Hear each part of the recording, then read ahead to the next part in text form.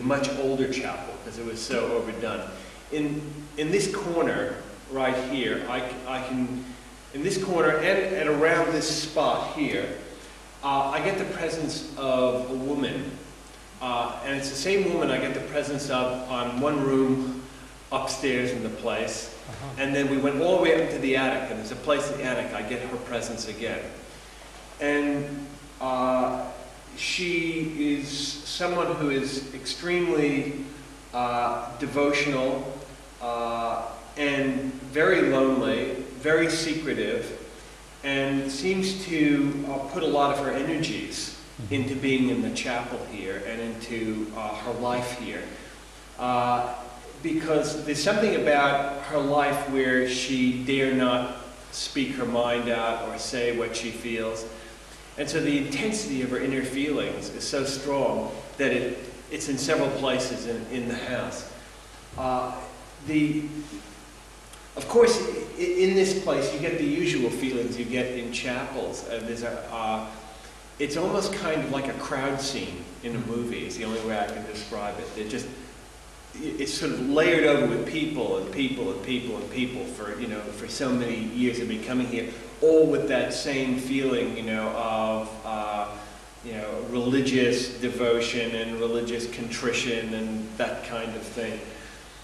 But it's underneath, when I stop for a moment, I can feel very strongly the old chapel, and I get some soldiers around me, very, very far back, some soldiers. And, but coming in here and kneeling here before they go do whatever soldiers usually do, which is that's the only image I get past this last 200-year period. The last 200-year period is really much stronger in here and has come to dominate it. Most of the altar around this area, I only can pick up kind of the current activity. I don't really get something from the past. And most of what we see in front of us here, I also can tell is a recent addition. It's been sort of put on top of everything.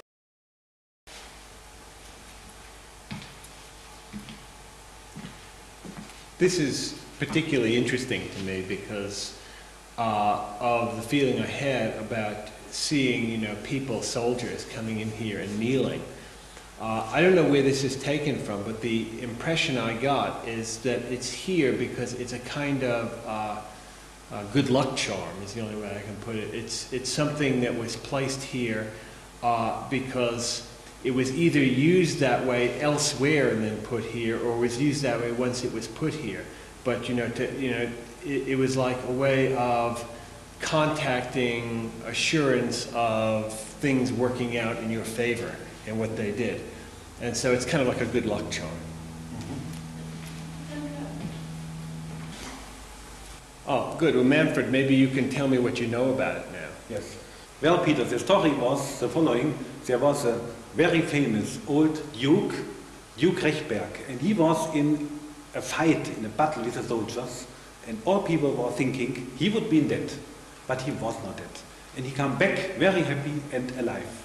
And as a present to the goddess, he spent something what we called Votivgabe, and this is a little plastic, half plastic stone inside the wall of the chapel. And it was his own chapel, and therefore he put a present behind this stone, and now you can feel the old vibration, what is behind this. Yeah, in a sense it is given as a good luck charm. Yeah, and I also have the feeling that people used to come up and either kiss it or kiss something and touch it and then go away. That's the other impression I had. This can be. Yeah. Thank you very much.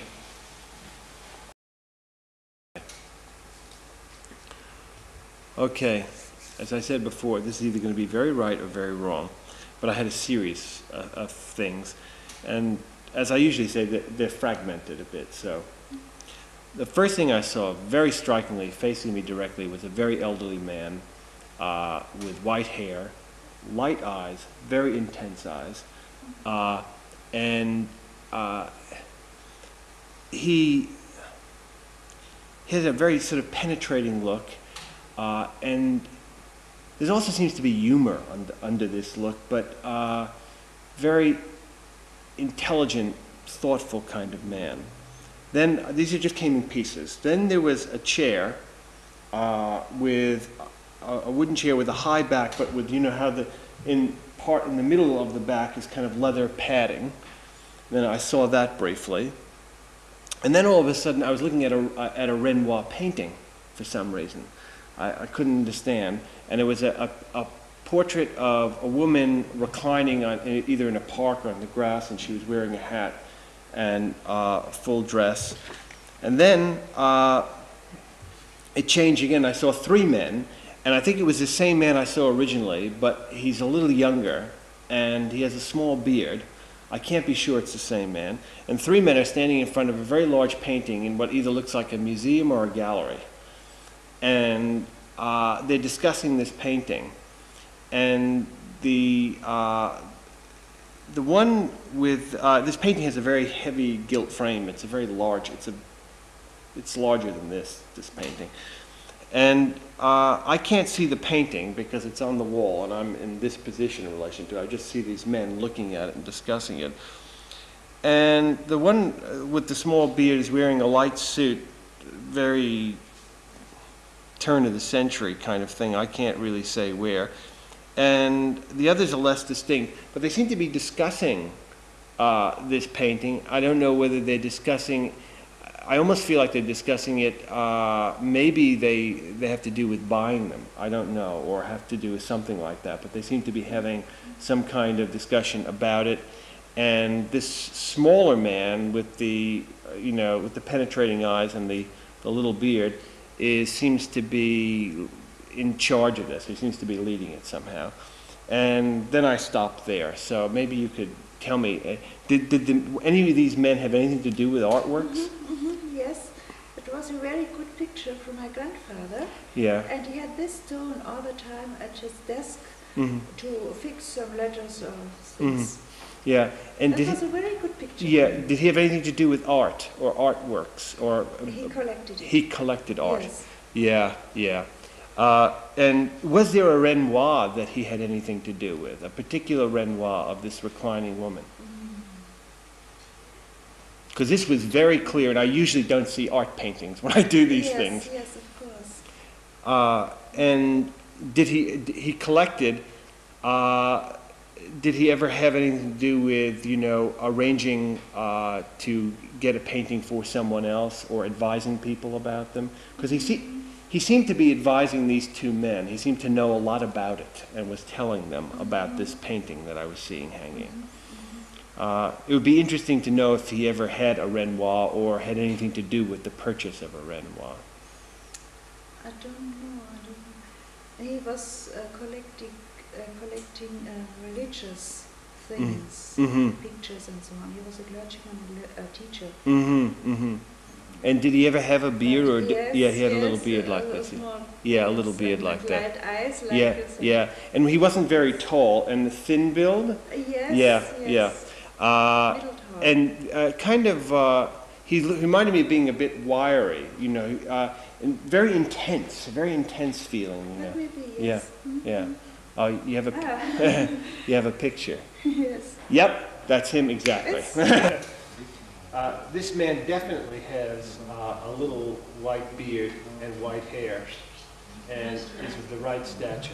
Very good. Yes. Yeah. It was a good description. Yeah. And the eyes were laughing a lot too. Yes. He had a good humor, but you can't see it in the picture here, but the eyes were definitely laughing. But he seemed, and so this is the right time too, because this must be turn of the century here. Yes. Yeah, because the suit he was wearing was cut in the style. He had that kind of color, but it was a light color, like a summer suit. Yes. It was summertime, and I wish I could see the painting they were looking at. The 3 were looking at, but he also was talking very fluently about this, and that's the way I knew he knew about it. Okay, good. It's a very good picture. Good. Thank Good. Good. He comes strongest, and the chair, I think, must have been a chair that he I sat in. know the chair. You know that chair? I know the chair, Okay. yes. Okay. Yes, I know the chair. It was at the house of my grandmother until a few years ago.